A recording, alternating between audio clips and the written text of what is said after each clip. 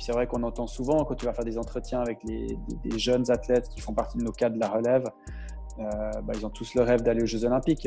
Mais la réalité, c'est que le nombre qui se donne réellement les moyens d'atteindre ce rêve, il est relativement restreint. Donc l'idée, c'est de rentrer assez vite, en ayant un peu l'adaptation, mais assez vite en haut, pour que cette intensité, ça devienne une norme. Que tu sois capable, que tu sois familier avec cette haute intensité. Et puis au-delà de la haute intensité, c'est aller au-dessus de l'intensité demandée par la compétition. Donc d'introduire des notions de survitesse. Finalement, quel est le sens d'un cut-off? Je fais quoi? S'il a 9,9%, je dis c'est go. Et puis s'il a 10,1% de perte, je dis on n'y va pas. Ça n'a pas de sens de réfléchir que comme ça. Dès que tu sors de la logique volume avant intensité, puis tu rentres dans une logique de travail de l'intensité qui est donc drivé par le système nerveux, tu cherches des moyens de stimuler ton système nerveux parasympathique de façon à être le plus frais possible sur une séance à haute intensité. Quand tu partages ta vision avec ton athlète, avec ton groupe d'athlètes, c'est clair que tu as intérêt à partager un peu la même vision avec ton staff. Donc de nouveau, tu réduis le risque de conflit quand tu es dans cette approche-là.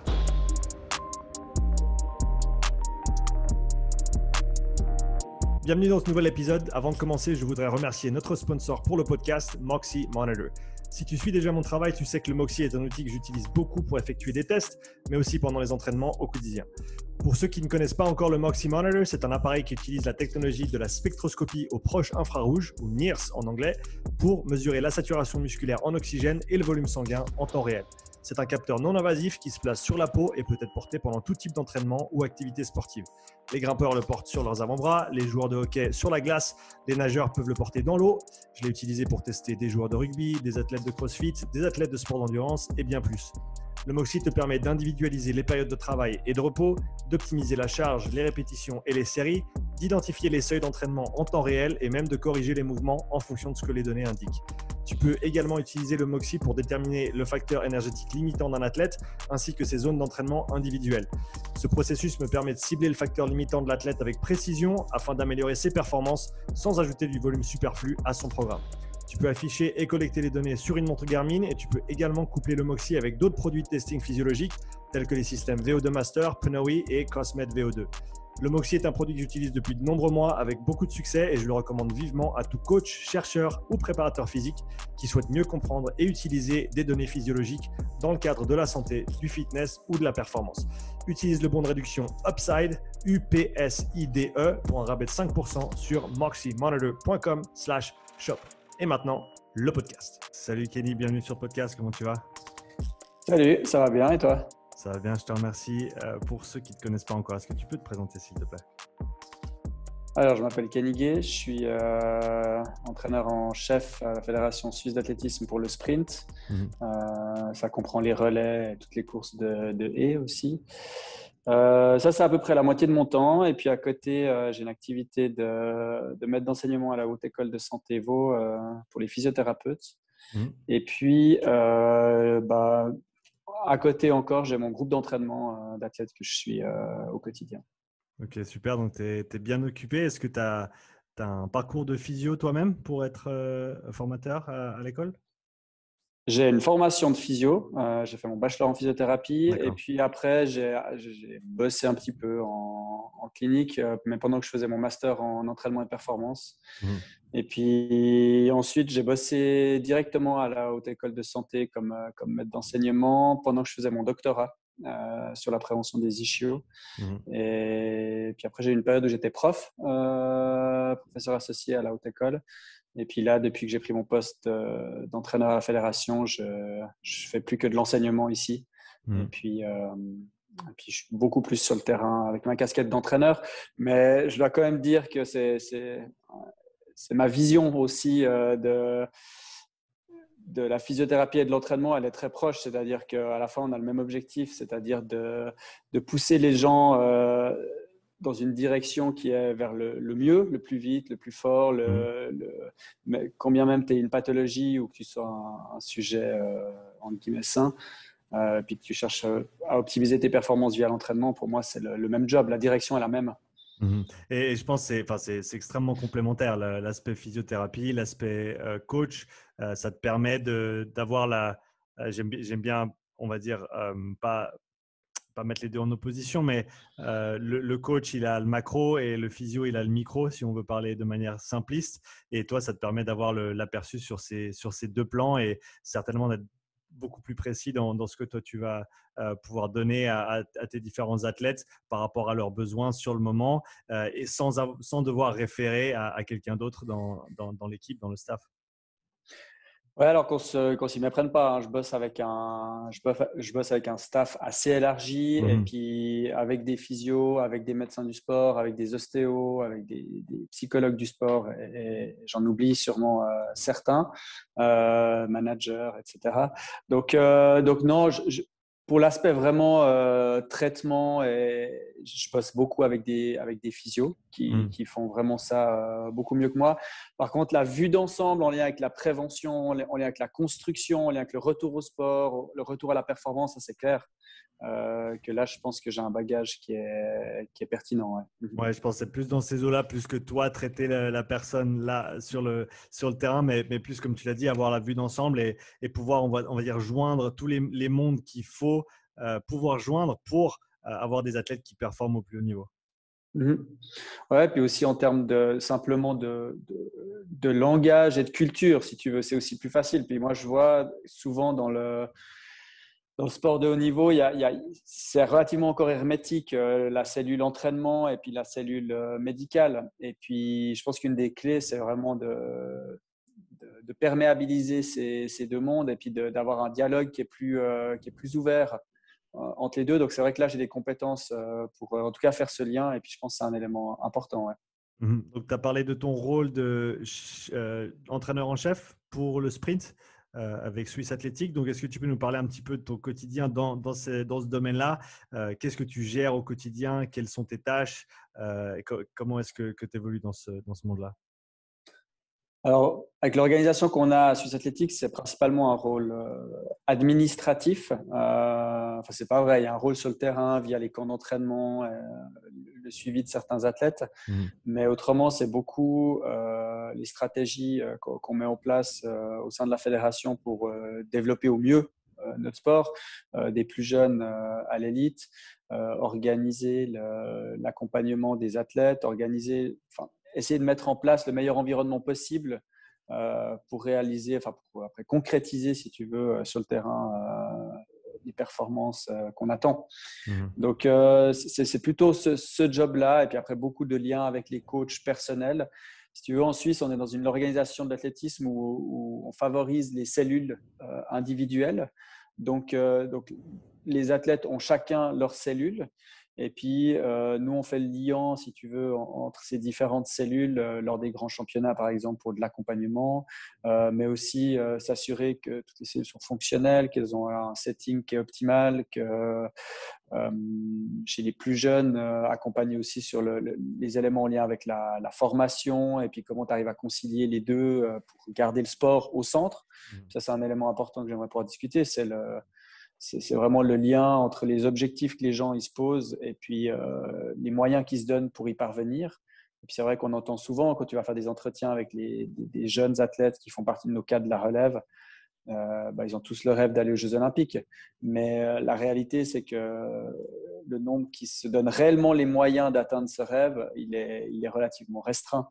Et puis là, on a tout un travail de pédagogie et puis d'accompagnement pour atteindre ces objectifs. Donc, on peut parler un petit peu de tout ça. On vient de passer les Jeux Olympiques de Tokyo. Quels sont les moyens qu'il faut se donner pour, si déjà, je pense, si on a le potentiel et ensuite la capacité de le faire, quels sont les moyens qu'il faut se donner pour un athlète, on va parler du sprint vu que c'est ton domaine de Mhm. prédilection, pour atteindre le plus haut niveau au niveau mondial? Bon, évidemment, il y a plusieurs niveaux, hein. L'approche, elle doit être holistique. C'est un peu le Mhm. terme à la mode, mais on l'a toujours fait d'une certaine manière. Mais je pense que maintenant, on met vraiment au centre cette idée que tout est important et tout a son importance. Et puis, il y a évidemment des aspects en lien avec le contenu des entraînements. On pourra y revenir.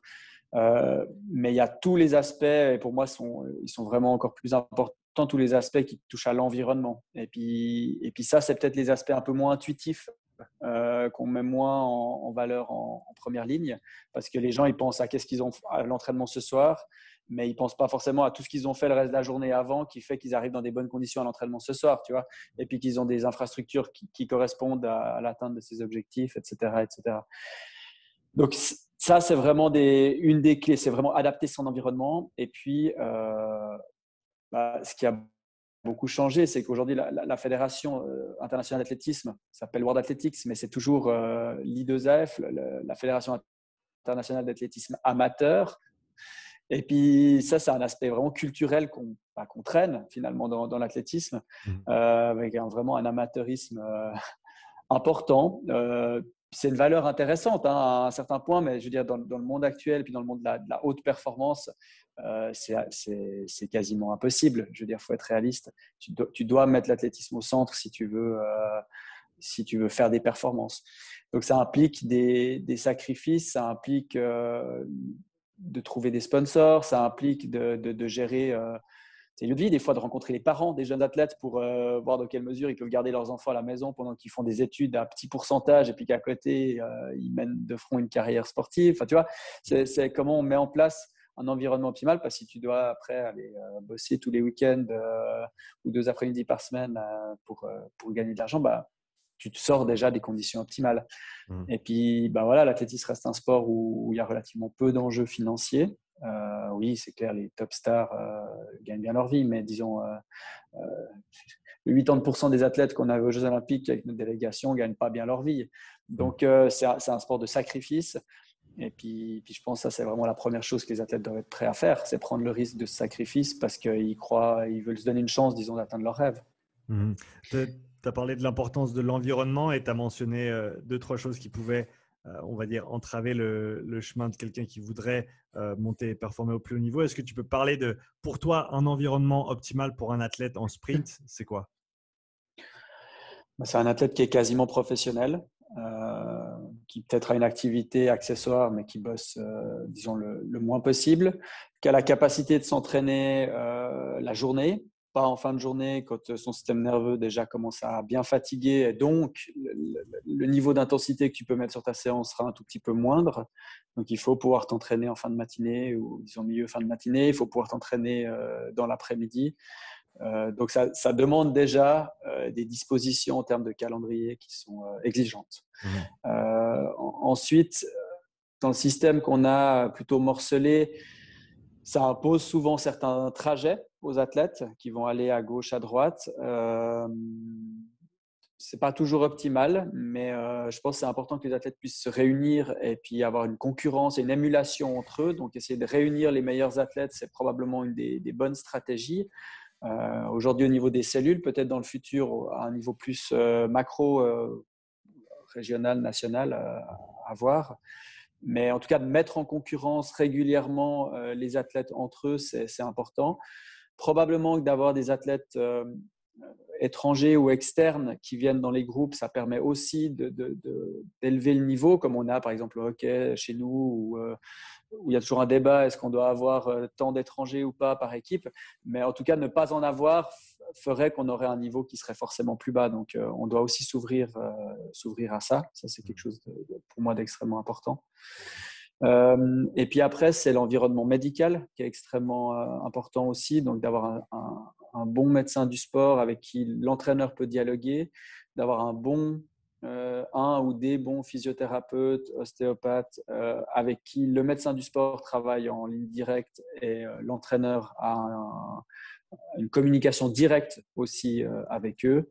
Et puis, disons ça me semble être les éléments de base.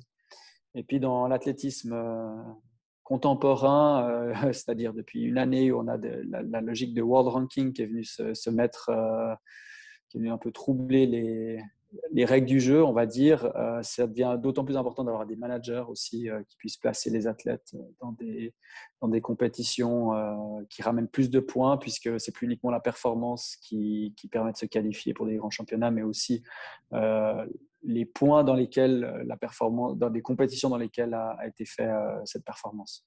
Est-ce que Donc, tu pourrais élaborer un petit peu sur ce nouveau système de points, peut-être le système qui existait auparavant et son fonctionnement, et le système qui a été appliqué récemment, et ce que tu en penses aussi? bah, ce que j'en pense, c'est pas forcément trop du bien. Pour moi, ce que j'ai toujours aimé dans l'athlétisme, c'est que c'est une forme de valeur refuge. C'est comme le franc suisse, quoi. C'est ou l'or. C'était simple, c'était lisible. Tu avais des temps, et puis oui, il y a des évolutions matérielles, il y a deux, trois. Les choses évoluent dans le bon sens, mais disons, c'était assez simple à observer. Puis maintenant, avec ce ranking, eh ben, si tu fais un temps donné lors de la finale des championnats de ton pays ou lors d'un petit meeting régional, eh ben, il va y avoir un écart de 50, 60 points que tu vas gagner si tu gagnes dans les deux situations de la course. Et puis cet écart-là, je sais pas, il te change d'une vingtaine de places au ranking à peu de choses près. Donc en fait, ça donne un poids extrêmement important à participer à des grandes compétitions. Or, ben, si tu prends les Diamond League par exemple, ben, il y a 8 places au départ. Donc oui, il y a les top athlètes, puis après il y aura les top managers qui vont trouver des places, tirer des places pour un ou deux athlètes. Et puis après, ben, tu vas descendre comme ça dans la hiérarchie des meetings pour essayer d'avoir des compétitions qui ramènent quand même un maximum de points. Alors après, évidemment, il faut faire une bonne performance dans une compétition qui ramène des points. Et puis ça amène des enjeux stratégiques. Par exemple, en Suisse, on est bien loti, hein, on a beaucoup de bons meetings qui ramènent beaucoup de points. Mais après, il y a beaucoup d'étrangers qui veulent venir courir en Suisse, ce qui est totalement légitime. Et puis, on commence à avoir une forme de protectionnisme, c'est-à-dire dire, OK, on va prendre moins d'étrangers, comme ça les Suisses peuvent marquer des points dans les bons meetings, mais du coup, à terme, ça ne va plus forcément rester des bons meetings. Enfin, tu vois. Mm. Donc, moi, je suis pas très optimiste avec ça. Puis en même temps, c'est le système, puis c'est pas moi qui l'impose. Donc, il faut aussi être à un certain point pragmatique et être capable de jouer avec, évidemment. Ça, Est-ce que ça va avoir un gros impact sur la périodisation au niveau de l'année, au niveau des peut-être des meetings que les athlètes auraient fait dans le passé et les athlètes et maintenant les meetings que les athlètes peut-être doivent faire ou devraient faire avec ce nouveau système? Bon, je pense disons la première moitié des qualifiés pour des grands championnats, ils n'ont pas trop de soucis. Ils restent, même s'ils font des petits meetings, ils ont un niveau de performance qui les qualifie quasiment d'office. Mhm. La bagarre, elle devient vraiment plus serrée entre si tu as un target number à 36 participants pour, je sais pas, le 400 ou le 400 mètres au prochain championnat d'Europe, par exemple. Les athlètes classés entre la 20e et la 60e place, là, ils doivent vraiment aller chercher à gratter des points. Et puis, peut-être qu'au mois de mai, tu te serais dit, OK, je suis encore en phase de préparation, de pré-compétition. Et puis, je veux faire ma performance mi-juillet, mi-juin, par exemple, qui m'aurait qualifié pour ça, pour ce championnat. Bah là, tu es obligé d'aller quand même faire des points déjà au mois de mai, peut-être trouver des bonnes compétitions. Donc, c'est un petit impact. Ouais. Ok. Et puis, une des volontés derrière, c'est aussi d'avoir plus de compétitions tout au long de l'année, enfin, d'avoir un calendrier un tout petit peu plus étendu. Puis ça, je pense, c'est quand même une bonne évolution. On était un sport très privilégié en termes de préparation. Hein. Les sports collectifs, c'est 4-5 semaines de préparation, puis après, on attaque la saison. L'athlétisme, c'est 7 mois de préparation, puis après, tu attaques la saison. Tu vois. Donc c'est clair qu'on doit un petit peu changer nos habitudes. Est-ce que on peut parler un petit peu de cet aspect-là du sport qui, comme tu l'as dit, est assez particulier, mais en fait aussi sa nature et sa beauté, cet aspect d'une très longue pré-saison et avec ensuite un calendrier de compétition qui est, par rapport à d'autres sports, comme tu l'as mentionné, qui est beaucoup plus restreint. Qu'est-ce que ça impose comme demande au niveau des athlètes, au niveau des coachs et de la planification? Je pense qu'il faut rajouter à ton introduction, c'est aussi la nature du sport. C'est que l'athlétisme, c'est ok, sur longueur, tu as 6 essais ou 4 essais selon les compétitions, mais sinon, tu as un 100 mètres ou tu as un 400 mètres dans ta journée en règle générale. Un match de foot, tu joues pendant 90 minutes, si ce n'est un peu plus. Puis tu as une répétition des efforts, donc il y a vraiment une logique d'être encore capable de performer à la 90e minute et puis de mettre l'intensité sur de la fatigue. En athlétisme, c'est du one-shot. Et puis après, tu as une semaine de récup au minimum. Et puis encore, tu n'enchaînes pas toutes les semaines une compétition, sinon tu crames tes athlètes. Donc on est dans un niveau d'exigence en termes d'intensité qui est absolument hors de ce qu'on peut concevoir pour les sports collectifs. c'est complètement autre chose. Donc, ça veut dire aussi que tu dois agencer ton entraînement d'une manière très différente et puis avec des exigences en termes d'intensité qui sont extrêmes par rapport à, si tu fais le parallèle par rapport au sport co. Et donc, tu connais la règle, si tu veux atteindre des intensités qui sont, enfin, plus tu vas atteindre des intensités qui sont élevées, la linéarité, enfin, il n'y a pas de corrélation linéaire avec les temps de pause. C'est que plus l'intensité va être élevée, plus les besoins en récupération vont exploser. Donc, on est vraiment dans une logique où pour performer au très haut niveau, il faut avoir beaucoup de temps pour récupérer. Que ce soit à l'intérieur de la séance, puis faire des courses à haute intensité, ou que ce soit à l'intérieur d'une semaine, peut-être tu enchaînes 2-3 semaines à haut niveau, mais tu n'enchaînes pas beaucoup plus, puis après tu as besoin de reconstruire un peu pour réarriver au haut niveau après. Donc, ouais, c'est vraiment un univers à part entière, ce sport. Et puis, je pense à le fait qu'il y ait eu toujours, je te dis 7 mois, mais ça se tourne par là autour, hein, de préparation, ça a poussé aussi dans l'historique de la planification à faire les choses tranquillement. Donc, les gens partaient classiquement les règles de base de la planification. Volume important, et puis on descend, et puis on augmente de manière croisée l'intensité, puis on arrive en période de compétition avec des intensités qui sont élevées, et puis des volumes qui sont faibles. Périodisation classique, quoi. Et puis, beaucoup de monde utilise encore ce modèle-là. Et puis ça, c'est moi une chose à titre personnel que j'ai renversée depuis 2 ans. Et puis, j'ai une approche totalement inverse. C'est-à-dire que je rentre par la porte de l'intensité parce que finalement, c'est ça l'outcome qu'on doit développer. Et puis, de travailler beaucoup de bases. Alors, je te parle d'athlètes d'un certain niveau, hein, qui ont déjà un niveau athlétique général qui est élevé. Mais c'est vraiment aller stimuler le système nerveux central le plus possible. Et puis la cible des entraînements, elle est uniquement, quasi exclusivement à ce niveau-là. Alors que dans la logique classique d'entraînement, des moments où tu es plutôt par une approche drivée par le volume, tu vas plutôt avoir des adaptations périphériques. On s'entend, grosse maille ou métabolique. Donc là, l'idée, c'est vraiment toujours stimuler la commande motrice au maximum depuis le début, moyennant 3 jours d'adaptation, mais disons après, tu tapes dedans à très haute intensité. Et puis, en direction des périodes de compétition, de revenir plutôt de calmer un tout petit peu les exigences sur le système nerveux, parce que finalement, c'est la compétition qui en a besoin du système nerveux, puis tu n'es plus dans une logique de développement. Donc, de rester un peu plus calme par rapport à ça. Et puis ça, c'est le bon moment pour faire un tout petit peu plus de volume et puis d'adaptation métabolique périphérique. Et donc, avec cette nouvelle approche avec cette approche que tu as mise en place récemment ou dans ces dernières années, quel retour tu as des athlètes par rapport à cette façon d'aborder les choses comparé au modèle classique, on va dire, de périodisation en bloc, en partant très très loin des compétitions et en se rapprochant d'abord volume et ensuite intensité? Bon, déjà, c'est pas une nouvelle approche, hein, c'est pas la mienne. Non, bien sûr. Puis je prétends absolument pas en être le titulaire. Donc voilà, mais je suis un utilisateur de cette approche-là. Ce qui pourrait faire peur initialement, c'est de te dire que de rentrer avec de l'intensité, ah ouais, merde, on va aller dans un risque de blessure.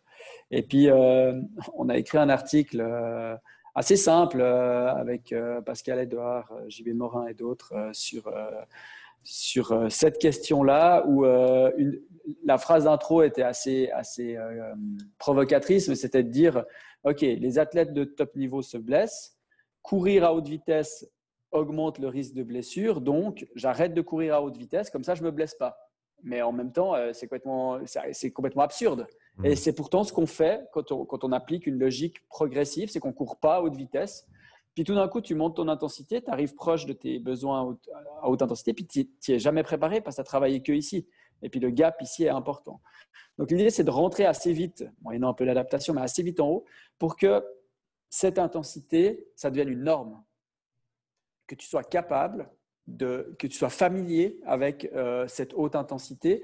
Et puis au-delà de la haute intensité, c'est aller au-dessus de l'intensité demandée par la compétition. Donc d'introduire des notions de survitesse, d'introduire des notions de stimulation nerveuse via les émotions, via par exemple la caféine, via d'autres éléments à l'entraînement pour demander plus à ton système nerveux pendant les phases d'entraînement pour être le plus proche possible de ce que tu vas te demander en compétition et puis pour réduire finalement le gap qu'on observe entre le niveau qu'on atteint en compétition, qui est toujours principalement atteint via les émotions supplémentaires qu'on a lors d'un grand événement, et puis le niveau qu'on atteint à l'entraînement au mieux. Et puis là, il y a toujours un gap.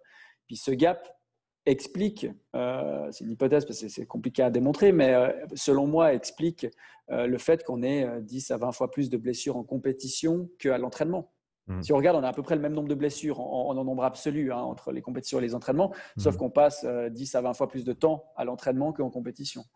Donc, ramener au temps, on se blesse beaucoup plus des moments où les intensités sont élevées. Donc, l'idée, c'est d'augmenter cette tolérance à la haute intensité. Et puis finalement, en faisant ça, en ayant cette approche beaucoup plus globale de la prévention des blessures aussi, finalement, et de la performance, moi, de mon expérience, j'observe nettement moins de blessures et puis un niveau de performance beaucoup plus élevé. Après, ça pose vraiment la question centrale qui est de dire, c'est ce que j'ai un peu amené en introduction, qui est de dire comment est-ce qu'on se décentre un tout petit peu de ce qui se passe à l'intérieur de la séance pour aller aménager l'environnement et qu'est-ce qui se passe autour de la séance. Parce que dans cette logique-là, si mon niveau d'exigence à l'entraînement est hyper élevé, les conditions que j'ai avant qui vont m'amener à être capable d'atteindre ce niveau, elles doivent être réunies et puis je dois donc avoir un niveau de récupération super optimisé. Donc là, je dois mettre en place beaucoup de choses et il y a pas mal de choses qui peuvent être faites pour récupérer. C'est super intéressant. Hier, j'ai eu l'opportunité d'échanger avec Benjamin Simon-Côte, qui est un des préparateurs physiques au FC Grenoble en Fédéral 1 et il est spécialiste sprint. Et il parlait d'une manière très similaire à la tienne, qui était que depuis le moment où ils ont introduit de la survitesse avec les joueurs, ils ont beaucoup moins de blessures. Et enfin, ça a du sens et je veux dire, c'est une pensée qui est de plus en plus commune, on va dire, de dire que le sprint en lui-même, et là on parle de sport co bien sûr dans le rugby, mais le sprint en lui-même, c'est de la prévention de blessures. Du fait que si tu vas ensuite faire des sprints en match, mais que tu les as pas bien fait à l'entraînement ou pas fait assez intensément, eh ben, tu vas pas être prêt pour les demandes, les contraintes. Mais même de le pousser au-delà, et c'est là vraiment où les choses, où il y a apparemment de très grands bénéfices. Après, bien sûr, il faut le faire correctement. Il faut bien gérer la charge. Il faut savoir ce que tu fais en termes de planification et de progression. Mais si c'est fait correctement, ça amène de belles choses apparemment. Clairement, l'idée, avec la survitesse, c'est d'augmenter finalement ta musique musculaire. Tu sais, ce schéma qu'on a tous déjà vu du cerveau qui est le maître d'orchestre et puis le chef derrière. Chacun de tes musiciens, c'est chacun de tes muscles finalement qui reçoit une information. Et puis, quand tu fais de la survitesse, on voit juste cette information à la fois de contraction, mais aussi de relâchement à un tempo plus élevé. Donc, la coordination inter- et intramusculaire doit être… tu vas la développer en fait. C'est vraiment du développement de cette coordination-là. Et dans un geste spécifique, qui plus est, parce que tu peux après appliquer la notion de survitesse à un lancer. Tu vois, un lanceur va lancer un javelot plus léger. Enfin, tu peux imaginer à des poids plus légers, des choses comme ça. C'est la notion de survitesse par rapport à ton activité. Donc, c'est toujours le développement des extrêmes, le sport et puis l'entraînement. C'est que quand tu fais de la force, même chose, quand tu cours, tu n'as jamais 200 kilos sur le dos. Pourtant, tu vas aller soulever des charges plus élevées. Alors après, c'est encore la question, sur quoi tu mets le focus. Est-ce que c'est uniquement sur l'intensité au sens charge ou pour nous, vitesse à laquelle tu as plutôt velocity-based training, vitesse à laquelle tu vas développer une charge donnée, mais ça reste une charge supérieure à ce qui t'est demandé dans la réalité. Là, l'idée, c'est de la vitesse, c'est d'être confronté à une vitesse supérieure à ce qui va t'être demandé. En parlant de marge, et ça c'est dans deux contextes différents, donc c'est on va dire deux questions. La survitesse avec des sprinters de haut niveau, ça représente quoi en termes de pourcentage de vitesse max sans assistance? Et deuxième question, avec ce modèle de périodisation entre guillemets inversé, c'est une manière de faire simplement, à quel pourcentage de leur Vmax est-ce que les athlètes peuvent rester tout au long de la saison de compétition sans compromettre leur récupération? Ce que je veux dire par là, c'est comme tu l'as dit, si tu veux performer pendant 1, 2, voire peut-être 3 semaines à un très, très haut niveau, il te faut ensuite un petit bloc de récupération ou en tout cas pour repartir d'un petit peu plus bas pour remonter. Quand on parle de repartir d'un petit peu plus bas, ça représente quoi un petit peu plus bas par rapport à la Vmax de quelqu'un ou par rapport à un temps donné sur la distance de compétition? C'est ultra faible, hein. On est sur de l'ordre de 1%. Un grand max 2%. Et donc, en survitesse, tu vas être 1, 2, grand max % au-dessus de ton potentiel. Après, ce qui est important dans cette idée de récupération, c'est la fréquence en fait. Il faut faire une analyse fréquentielle du truc. Tu t'as parlé de blocs où tu vas plutôt récupérer ou tout d'un coup mettre un tout petit peu moins d'intensité. Oui, ça arrive. Puis après, il y a aussi à l'intérieur de la semaine où tu vas avoir des entraînements et des séances polarisées, évidemment, pour être plus ou moins à basse intensité, haute intensité, basse intensité. Donc là, tu peux même imaginer des années aussi dans le développement de certains athlètes où tu vas plus mettre l'accent sur l'intensité, puis d'autres un peu moins. Donc, il faut vraiment aller regarder à quelle fréquence on parle de tout ça. Et puis, quelle est la nature des autres charges quand tu ne vas pas stimuler ta vitesse maximale pendant un bloc. Si par exemple, tu es sur du travail de ce qu'on appelle d'endurance spécifique pour nous, sur des coureurs de 400, je sais pas, ils vont faire 3 fois 300 mètres avec 30 minutes de pause à 98% de leur maximum. Tu es très, très proche de tes vitesses max à lactique, malgré tout. Donc, en fait, tu as quand même un soutien, un maintien relatif de ta qualité de vitesse maximale. Par contre, si la nature de ton bloc, ça ne ferait pas de sens, mais si la nature de ton bloc, c'est de faire 3 footings d'1 heure dans la semaine après, c'est clair que là, tu as un impact ultra négatif sur ton maintien de la vitesse. Ce que je viens de te dire avant sur les 3 fois 300 mètres, pour autant que tu sois dans des conditions de fraîcheur nerveuse. Parce qu'évidemment, si tu enchaînes ça tous les jours pendant une semaine, tes performances, elles vont diminuer. Et puis à la fin, le moment où tu vas faire ton sprint max, ta performance, elle va être principalement drivée par ta fraîcheur. C'est clair. Comment est-ce que tu détermines la fraîcheur nerveuse d'un athlète au jour le jour et une semaine après l'autre? J'utilise 2 aspects de monitoring journalier avec mes athlètes. C'est la variabilité cardiaque qui me donne une info sur l'état de repos et de balance parasympathique, sympathique. Donc, ça reste plutôt basé sur des aspects cardio-resp, mais quand même, j'ai vu tout d'un coup, on commence à avoir une prédominance parasympathique. Ok, on doit être plutôt dans une situation de fatigue, de récupération, excuse-moi. Ou alors, et puis on a écrit une étude de cas juste cette année avec Cyril Besson sur la question. J'ai eu un athlète qui a eu le Covid et puis en fait, on a vu que ces paramètres, à peu près 2 jours avant les premiers symptômes, commençaient à tourner en direction d'une suractivation parasympathique, comme si le cerveau se mettait en mode bridage. Ok, je vais commencer à mettre un rupteur un petit peu plus tôt pour pas m'autoriser à monter dans les tours. Donc voilà, mais ça reste un bon indicateur général que je croise avec d'autres. Et puis le deuxième indicateur, vraiment alors beaucoup plus spécifique aux aspects nerveux, c'est le contre-mouvement jump. Donc via test laser, où je regarde la hauteur de saut systématiquement avant des séances nerveuses. Donc là, j'ai une information sur à quelle distance ils sont de leur meilleure perf. Ça reste de la clinique, si tu es sur le terrain, il y a pas mal de facteurs qui peuvent interférer, mais quand tu croises tes valeurs d'HRV, de contre-mouvement jump, plus évidemment la discussion qui est centrale avec l'athlète et puis la collaboration avec l'athlète, en général, tu ne te trompes pas tellement sur l'état dans lequel est l'athlète et puis le choix que tu vas devoir prendre à l'entraînement. Est-ce que je fais ce que j'ai planifié à la base, ou alors non, il n'est pas en mesure d'atteindre le niveau souhaité, et puis à ce moment-là, je ne fais pas ça, parce que ça n'a pas de sens. Puis je reviens à cette idée première que j'ai mentionnée, le lien entre finalement tes objectifs et les moyens que tu te donnes. Et si je ne suis pas dans une situation où je peux atteindre l'objectif de la séance, ça ne fait pas de sens de le faire. Et en termes de counter movement jump, qu'est-ce qui qu'est-ce qui serait un red flag pour toi? Qu'est-ce qui serait un pourcentage ou un décrément qui te dit, ah là, il faut vraiment faire attention, même sans penser au HRV, même sans penser à la conversation que tu auras avec l'athlète, quelque chose qui va vraiment ressortir pour toi en termes de décrément de performance sur ce test? Il n'y a pas vraiment de gold standard sur l'utilisation dans la littérature. Tu trouves pas mal de choses différentes. Au début, je suis parti avec 5, 10, 15%. Et puis, je me suis dit, OK, à 5%, c'est un orange flag. Et puis, après, ça augmente comme ça. Puis maintenant, je suis plutôt à 10% que j'utilise comme cut-off. Mais tu vois, finalement, quel est le sens d'un cut-off? Je fais quoi? S'il a 9,9%, je dis c'est go. Et puis, s'il a 10,1% de perte, je dis on n'y va pas. Ça n'a pas de sens de réfléchir que comme ça.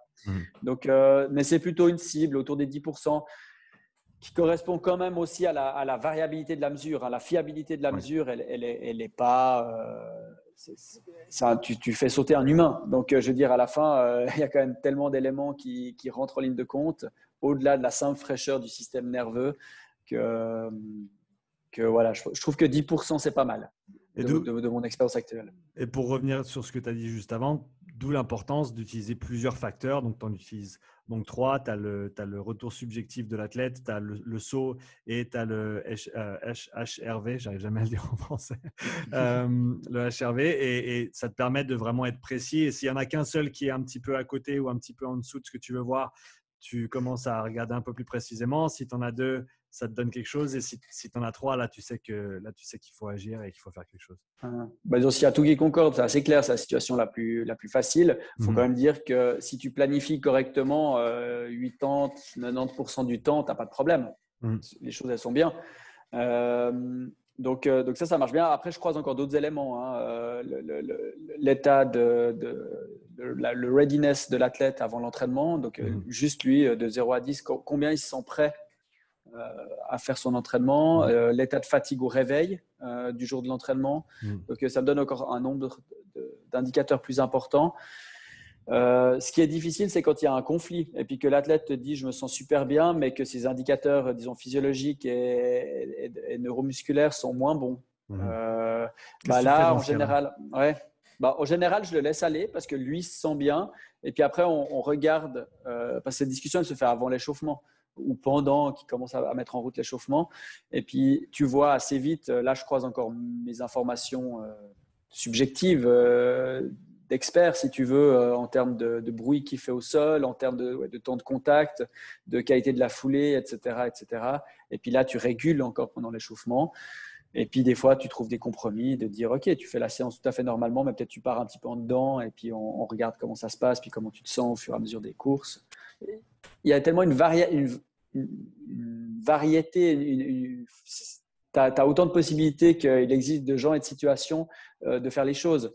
C'est pour ça que, quand je te disais, le contenu de l'entraînement, moi, il m'intéresse finalement assez peu parce que tout le monde sait faire un plan et puis écrire, enfin, tu vois, avoir un blog et puis dire… tu sais, les gens, ils vont faire un 10 kills, puis ils vont aller regarder entraînement 10 km sur Google et puis ils vont trouver des plans. Mais quand tu as fait ça, tu as fait 5% du travail. Parce que comment tu fais ton entraînement d'intervalle? À quelle intensité? Est-ce que tu fais progressif ou pas? Sur quoi tu mets le focus? Est-ce que tu régules pendant la séance puis tu coupes après à 2-3 courses de la fin parce que tu vois qu'il n'y a plus de qualité? Ou au contraire, est-ce que tu coupes pas parce que c'est ce que tu veux? Tu vois, c'est là que le job de coach il commence à être intéressant. Et puis moi, je vois un peu mon job comme un chef cuisinier, si tu veux. Tu vois, d'abord, tu dois apprendre les bases des bons ingrédients, comment tu choisis tes produits, comment tu cuis correctement ci et ça. Mais après, une fois que tu as fait tout ça, il y a beaucoup de monde qui sait faire ça puis qui n'est pas un bon cuisinier. Après, il reste la part créative, artistique finalement de comment tu mets ces éléments ensemble puis tu les fais vivre. Et puis ça… tu ne le trouves pas dans les livres, tu le vis sur le terrain. Mais tu es obligé de le croiser à des éléments de base, des évidences scientifiques. Pour moi, tu es obligé de connaître en tout cas 2-3 choses là-dessus. Parce que la seule expertise, à un moment donné, là, c'est des limites aussi. Ouais, c'est clair, c'est intéressant. Ça se recoupe avec ce que disait Simon Benjamin hier aussi, qui est qu'au final, il a un peu partagé sur le podcast tout ce qu'ils font en termes de travail de vitesse d'accélération de Vmax, résister, assister, etc. avec ses athlètes parce qu'il a dit que ce n'est pas le programme qui va faire que quelqu'un va juste pouvoir aller l'appliquer. Il faut ensuite faire le travail, il faut le progresser correctement. Ils utilisent énormément les 10-80 pour quantifier ce qu'ils font avec les athlètes et pouvoir ensuite avoir des données tangibles sur lesquelles baser leurs décisions en termes de planification, en termes de progression-régression. Mais comme tu l'as dit, le plan, il veut pas dire grand-chose en fait parce que tout le monde peut écrire un plan, mais c'est comme tu l'as dit, tout ce qui va autour du plan et d'autant plus dans un contexte de haut niveau et de haute performance pour des groupes comme les tiens où les facteurs externes vont avoir une influence considérable sur la capacité de l'athlète. Et donc, ce n'est pas le programme en lui-même nécessairement qui peut faire toute la différence. Alors, bien sûr, c'est important qu'il soit bien construit, évidemment. Mais il y a tellement d'autres facteurs qui font que. Et sur ce sujet-là, une question serait que à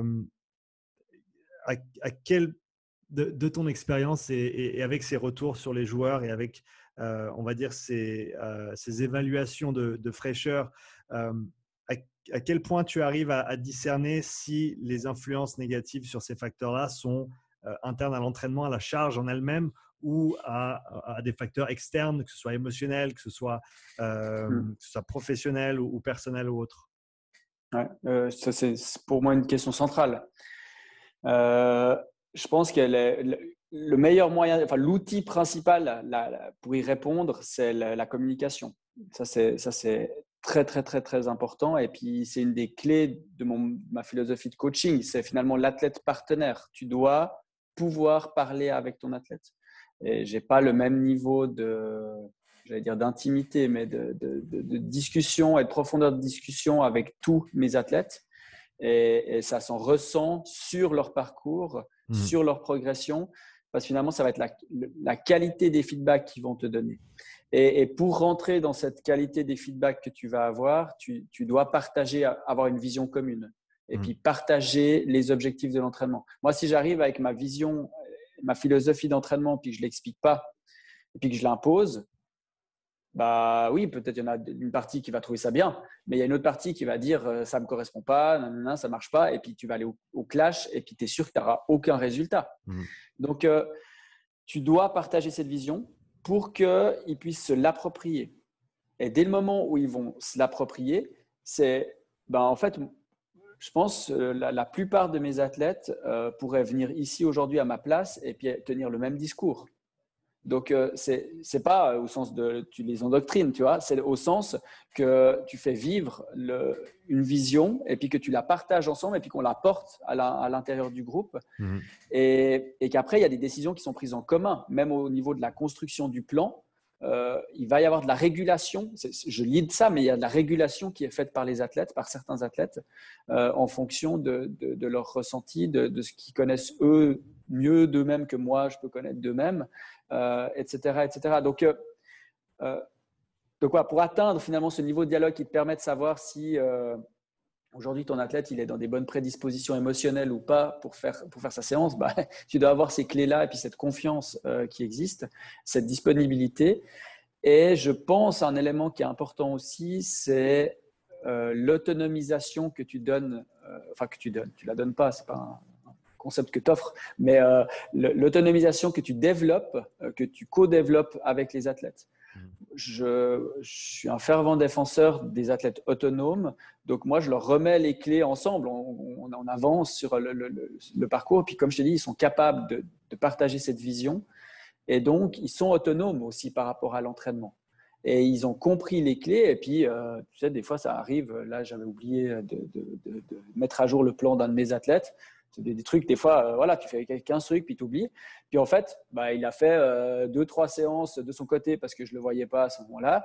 Et puis en fait, après, on a régulé. Puis je lui ai dit, mais j'ai fait une boulette. Et puis, qu'est-ce que tu as fait? Et puis en fait, c'était très, très proche dans l'idée. Tu vois, le contenu, ce n'était pas forcément exactement le même, mais l'esprit de l'entraînement était complètement dans la même ligne. Parce qu'en fait, il est autonome par rapport à ça.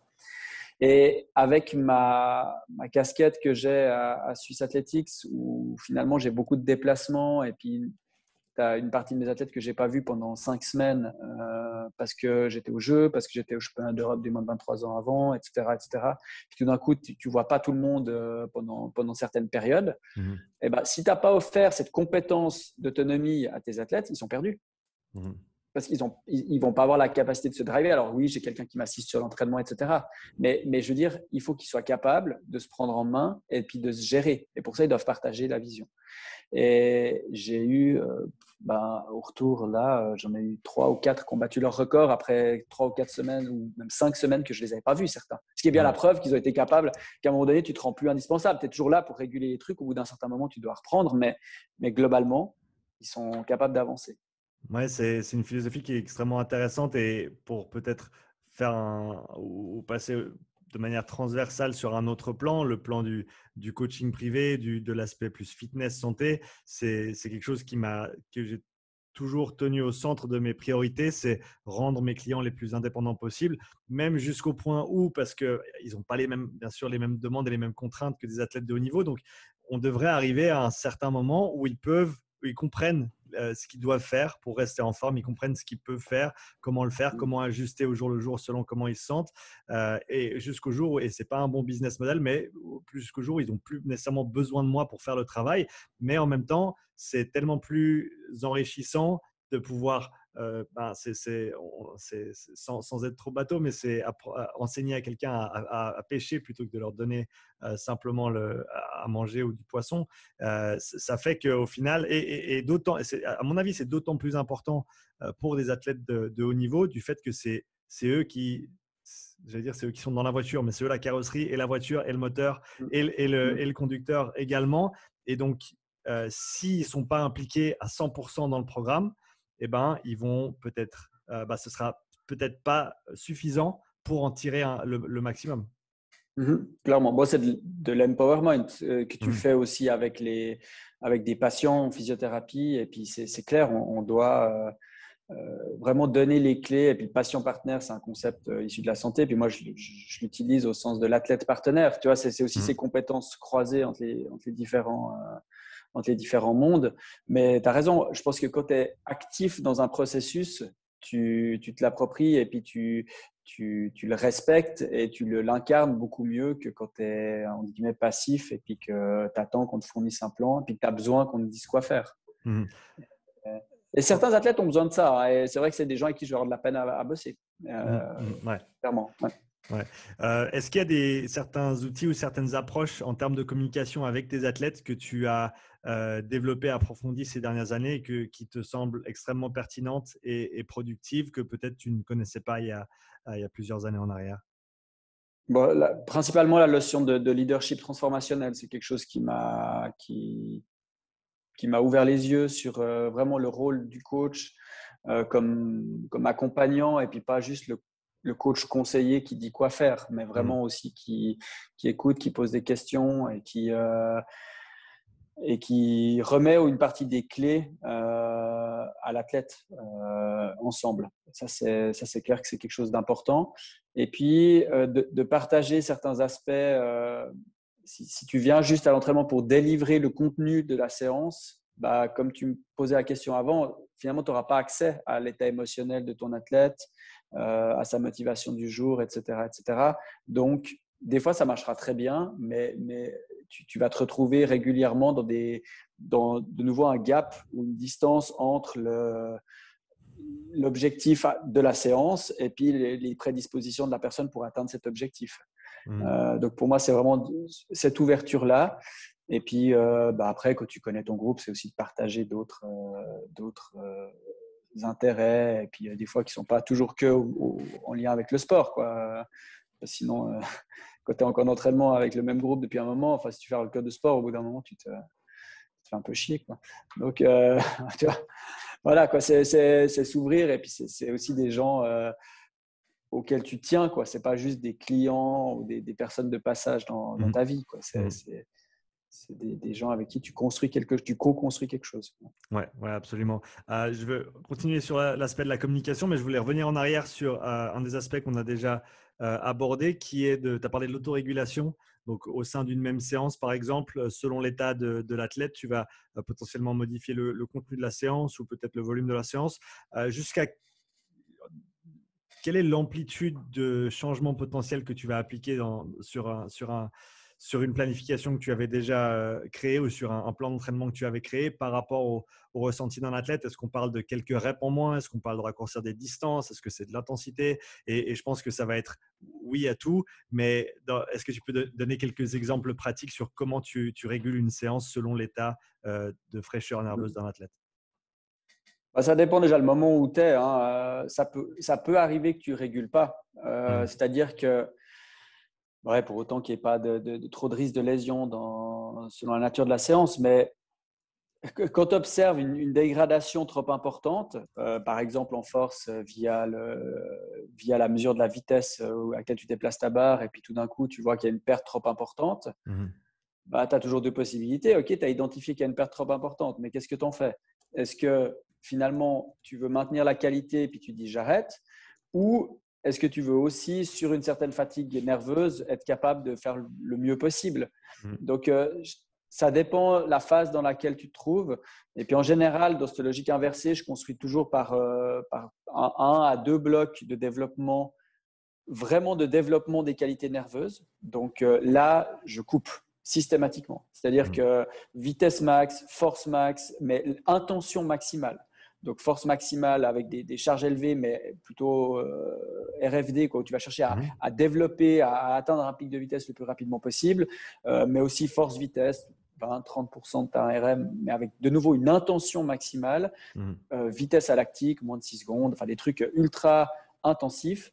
Et puis, si tu vois, puis tu as planifié 5 fois 30 mètres, puis que tu vois qu'après 3, le gars est cramé, là, tu l'arrêtes. Puis ensuite, arrive dans ma logique de travail un bloc de soutien nerveux, comme je l'appelle, après le développement de soutien. Puis là, tu es dans une logique de haute intensité, mais que tu transposes un petit peu plus longtemps. Parce que 6 secondes, ça ne te suffit pas, ni pour un 100 mètres, encore moins pour un 200 et encore moins pour un 400. Donc là, l'objectif, c'est de soutenir l'intensité maximale. Donc, tu vas sortir ta filière pure à l'aérobie à lactique et puis tu vas soutenir en rentrant dans la filière lactique, mais avec des temps de pause élevés et un niveau d'intensité extrêmement élevé. Et puis là, bah, évidemment, tu vas commencer à accepter forcément une certaine perte de performance parce que c'est l'objectif, c'est d'aller soutenir à haute intensité. Donc, ce n'est pas tout à fait le même objectif, donc la régulation, elle est forcément différente. Et puis, une fois que ça, c'est en place, après, je viens sur des aspects plus métaboliques avec de la tolérance lactique et puis des choses comme ça, où là, il y a un peu moins d'intensité. Puis là, c'est souvent une partie critique purement d'expérience où quand tu commences à mettre vraiment un travail de tolérance lactique, c'est extrêmement fatigant pour l'organisme. Donc là, je mets assez peu, enfin, je fais vraiment gaffe au travail nerveux, très nerveux à côté. Parce que, et puis je le place un peu moins régulièrement dans la semaine. Et puis, je travaille vraiment cette tolérance. Puis après, je reprends les aspects nerveux d'un côté, les aspects de tolérance, puis tu les mets ensemble pour arriver finalement sur entre guillemets, la forme finale de ton travail que tu continues à développer. Puis après, tu fais du tapering en période de compète, quoi. Enfin, tu vas casser toutes les stimulations nerveuses pour vraiment les utiliser que au moment où ça compte. Quand tu parles de tolérance lactique, est-ce que c'est quelque chose que vous quantifiez au niveau physiologique? Est-ce que vous faites de la lactatémie, par exemple, pour quantifier ces choses-là? Où est-ce que, à ton avis, c'est pertinent dans un cadre de sprint? Moi, je ne le fais pas, mais je pense que c'est pertinent. Je ne pense pas que c'est pertinent dans une séance de tolérance lactique parce que là, tu vas atteindre des hautes valeurs qui sont très variables d'un individu à l'autre. Il y en a qui ne vont pas monter beaucoup plus haut que 15 millimoles, il y en a qui vont exploser les 20 facilement. Donc, de nouveau, tu ne regardes pas la valeur absolue, mais tu regardes l'évolution par rapport à un athlète même. Mais tu sais et tu vois sur ces séances, tu regardes combien vont vomir, enfin, tu sais, tu as d'autres indicateurs que ça. Là où je ne le fais pas et j'aurais tendance à gentiment m'y mettre, peut-être cette année, il faut que je réfléchisse un peu à l'intersaison, c'est plutôt sur les séances à basse intensité.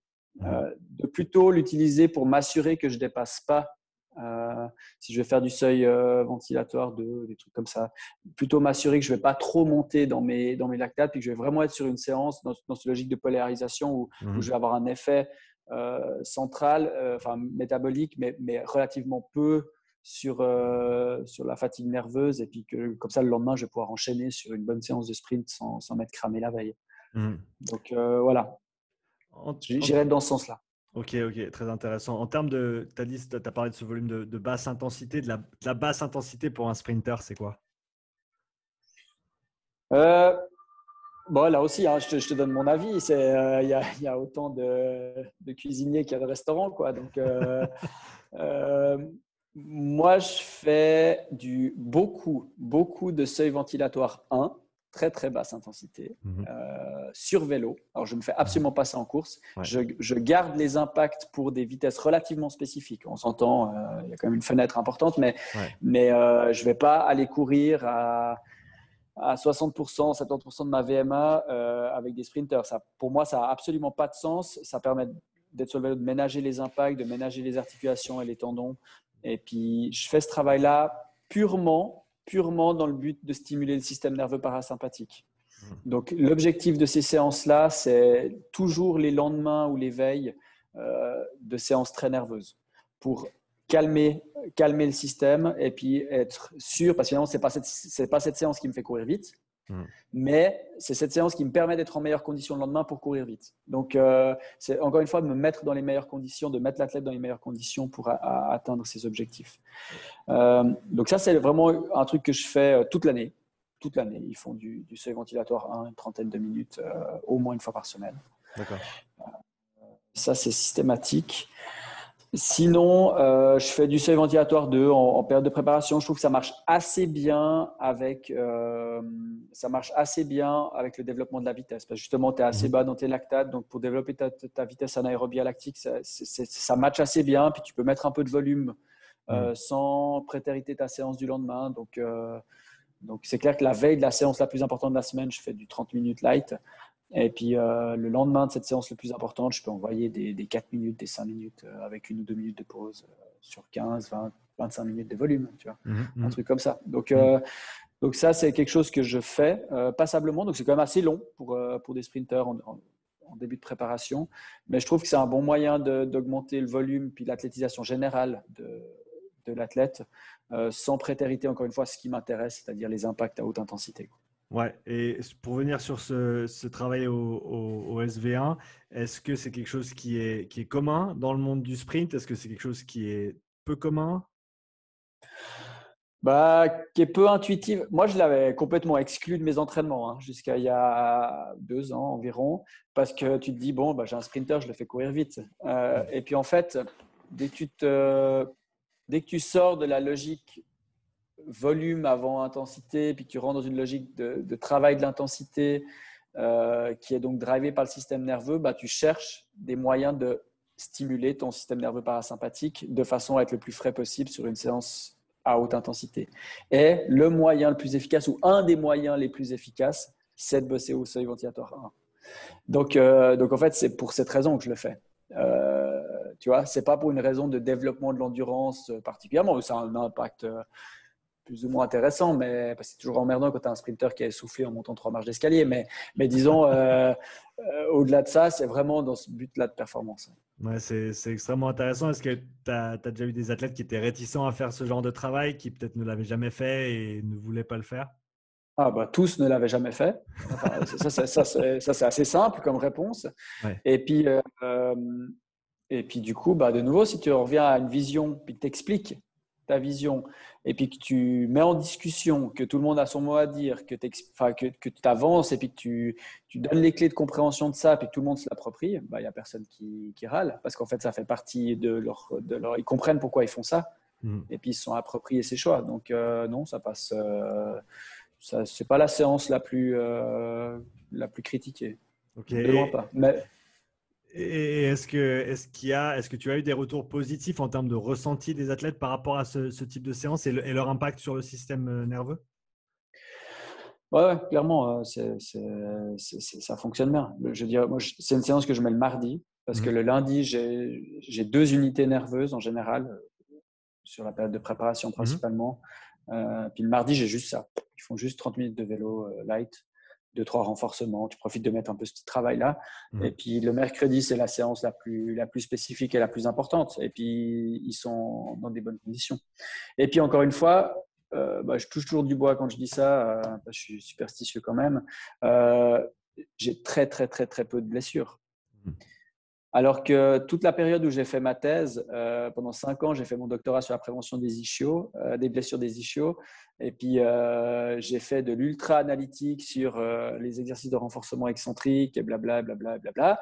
Puis, j'ai publié plein de trucs là-dessus. Et puis j'étais hyper compétent sur le renforcement excentrique de l'ischio, de ce muscle-là, de biceps plus que de l'autre. Et puis, lequel active quel truc, à quelle longueur, etc. Et puis, en fait, j'avais une chier de blessure. Et en fait, c'est des approches beaucoup trop analytiques. Mhm. Et c'est difficile parce que quand tu fais une thèse ou un doctorat, par définition, tu deviens l'expert de la chirurgie du petit doigt. Mais à la fin, quand tu veux traiter une personne dans son ensemble, tu dois prendre du recul et puis avoir une vision beaucoup plus holistique. Donc ça m'a pris un moment en fait de dézoomer et puis finalement d'intégrer ces concepts, parce que je les intègre dans ma pratique, ces concepts de prévention de base.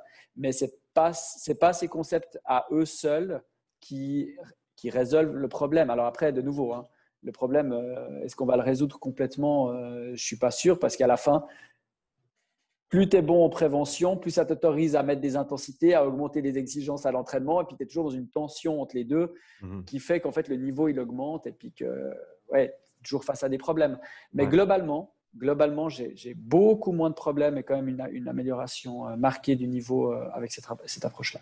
Ah, c'est extrêmement intéressant comme tu parles de cette approche, on va dire entre guillemets, et encore une fois, c'est dans le contexte général ou dans un contexte de périodisation classique, c'est une approche agressive au niveau de l'intensité, au niveau du travail nerveux, et avec cet aspect polarisé de, alors bien sûr, tu ne vas pas faire des 6, 12, 15 heures par semaine de basse intensité, mais ça fait quand même partie du lot et comme tu l'as dit, ça a un rôle dans ta façon d'aborder les choses et c'est cohérent par rapport à ta philosophie, par rapport à ton approche. Donc, c'est extrêmement intéressant. Pour revenir sur la Juste peut-être en lien, je te Ouais, coupe ouais, avant de vas-y. parler de la commission, parce Bien qu'en sûr. lien avec ça, je pense que ça vaut la peine de discuter des aspects prévention, pas prévention, excuse-moi, récupération, parce que Hmm. oui, le SV1, j'utilise comme une méthode de récupération, mais c'est de loin pas la seule. Mhm. Il y a vraiment des approches vraiment centrées sur la récupération. Et puis, quand on parle de contenu d'entraînement, pour moi, on doit intégrer dans le contenu d'entraînement le contenu de récupération. C'est des plages, tu dois planifier tes récupérations. Mhm. Et puis, oui, l'entraînement, c'est juste un déséquilibre entre sortir de ta zone de confort.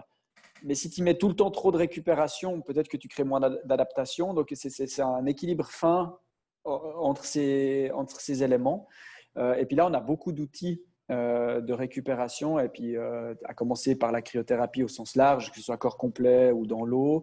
Mais Mhm. quand est-ce que tu l'utilises? Par exemple, c'est sur les périodes de développement, est-ce que ça a sa place ou pas? Il y a tous ces débats-là. C'est clair, en période de compétition, on ne discute pas tellement. Tu te places où sur ce débat par rapport à parce qu'on enfin, d'après mes souvenirs de ce que j'ai lu et c'est pas j'ai pas je suis pas allé checker PubMed hier donc faut pas me citer mais d'après ce que j'avais lu c'était que comme tu l'as dit en période de compétition notamment pour moi dans le cadre du rugby en saison pour la récupération entre les matchs pour les impacts pour le corps c'est une bonne idée mais quand tu es sur une période de développement surtout au niveau hypertrophie au niveau musculaire ça peut avoir un effet négatif sur les adaptations, étant donné que l'inflammation, au sens large, l'inflammation qui est générée par le travail va avoir son rôle dans le processus d'adaptation et qui va donc engendrer ces progrès. Est-ce que tu te places là dans ce même cadre-là?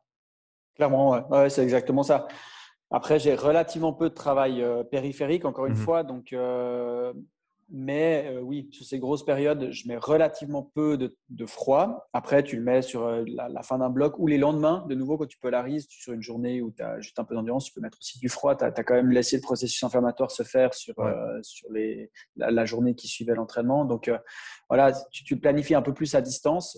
Et puis c'est clair, quand tu es en période de compète, tu essaies d'aller couper ça. Mais encore une fois, la période de compète est plus ou moins longue. Donc, quelle est l'importance de la compétition? Entre deux tours au jeu, c'est clair que tu vas l'utiliser. Mais entre deux compétitions moyennement importantes, pas forcément. Parce que la Mhm. compétition est un processus d'entraînement aussi extrêmement spécifique. Donc intéressant.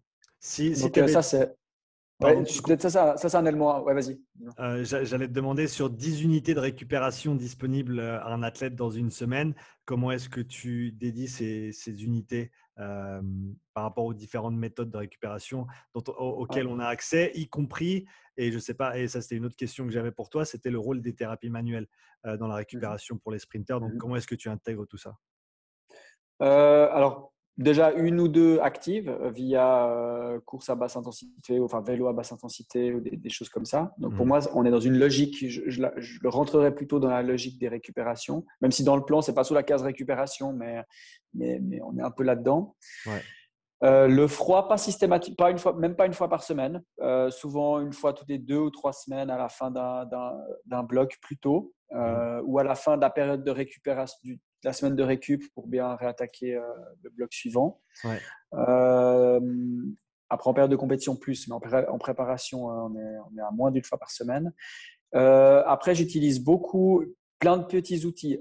Yoga, 1 ou 2 fois par semaine. Mhm. Yoga, étirement, enfin, tu peux appeler ça comme tu veux, mais cette famille où finalement tu vas prendre des amplitudes dans des temps calmes avec une respiration qui est posée.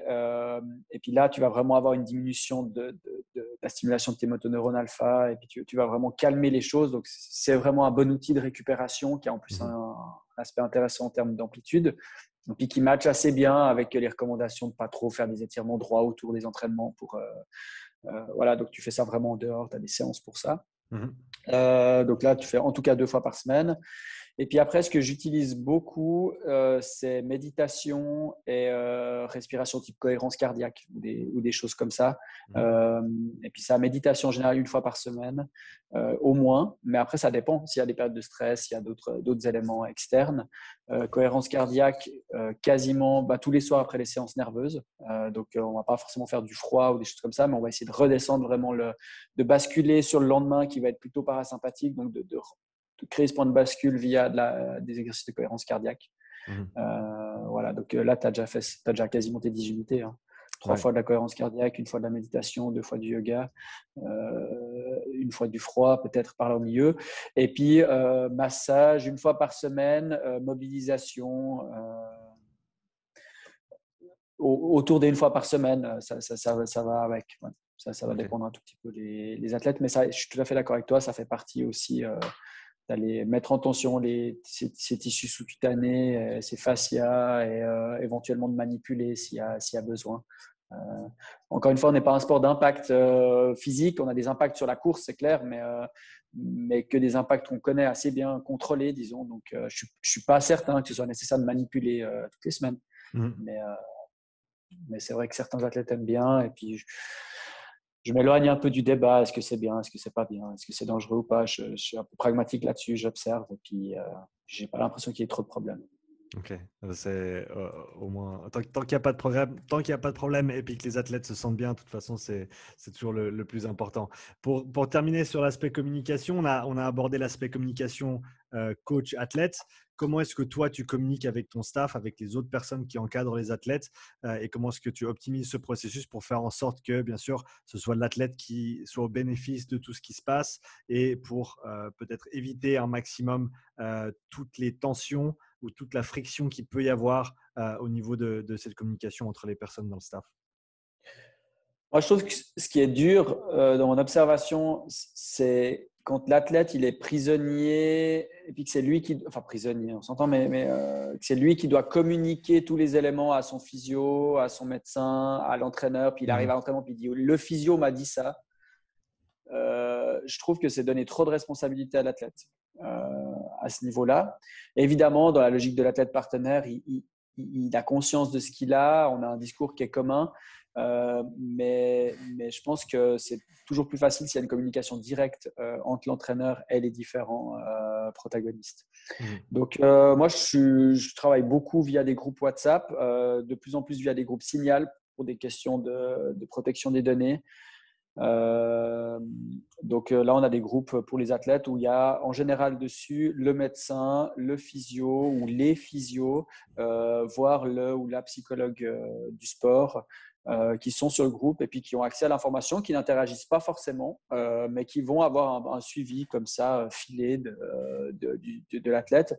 Et puis le physio l'a vu en séance aujourd'hui, tac, vite un petit feedback, il m'envoie 2-3 vidéos. Comme ça, le médecin, il voit aussi le truc. Comme ça, quand le patient va chez lui, enfin l'athlète sous forme patient va chez lui, le médecin, il sait de quoi on parle et puis il connaît aussi les processus d'entraînement. Moi, j'essaie de partager aussi de temps en temps des vidéos d'entraînement, des éléments de feedback de compétition, etc. C'est vrai que l'utilisation que j'ai de ces groupes, elle est souvent autour d'un problème. C'est-à-dire qu'il y a eu un petit pépin, un truc, on communique. J'essaye, j'y arrive pas tout le temps, mais j'essaye aussi de communiquer autour des choses qui vont bien. C'est-à-dire, ah tiens, il a fait tel perf, merci au staff, quoi. Parce que sinon, le staff, principalement médical, par définition, il est mobilisé quand il y a un problème. Tu vois. Et puis ça, je trouve dommage d'ailleurs dans l'approche que j'ai.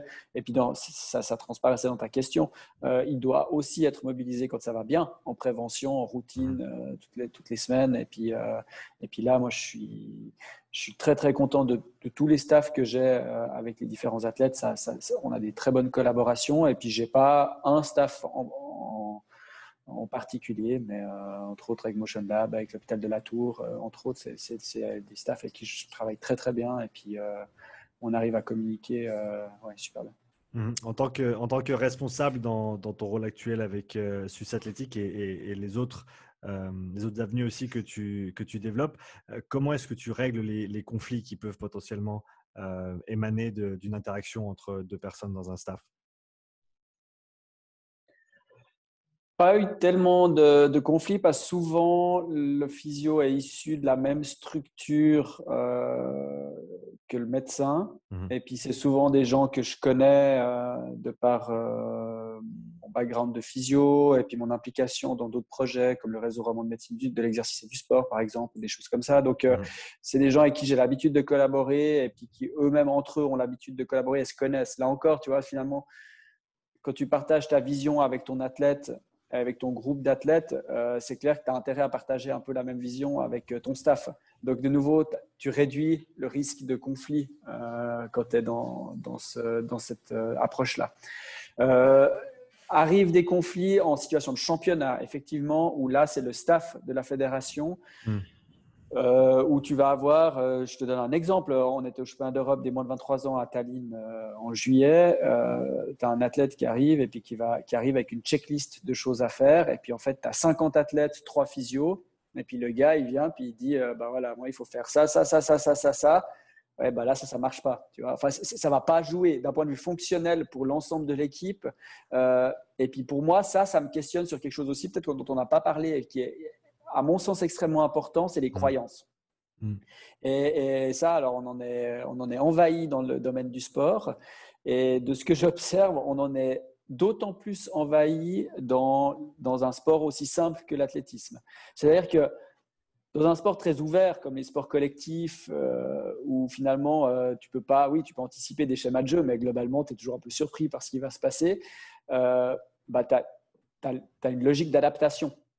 Dans un sport fermé et ultra simple, où les règles sont tellement lisibles et simples comme l'athlétisme, théoriquement, tu n'as pas besoin de développer ton adaptation. Tu vois, tu fais un 400 mètres, ça fait 400 mètres. Mais en fait, c'est là que tu vas trouver des croyances assez impressionnantes. Chez les... Ah ouais, j'en ai beaucoup. Ouais.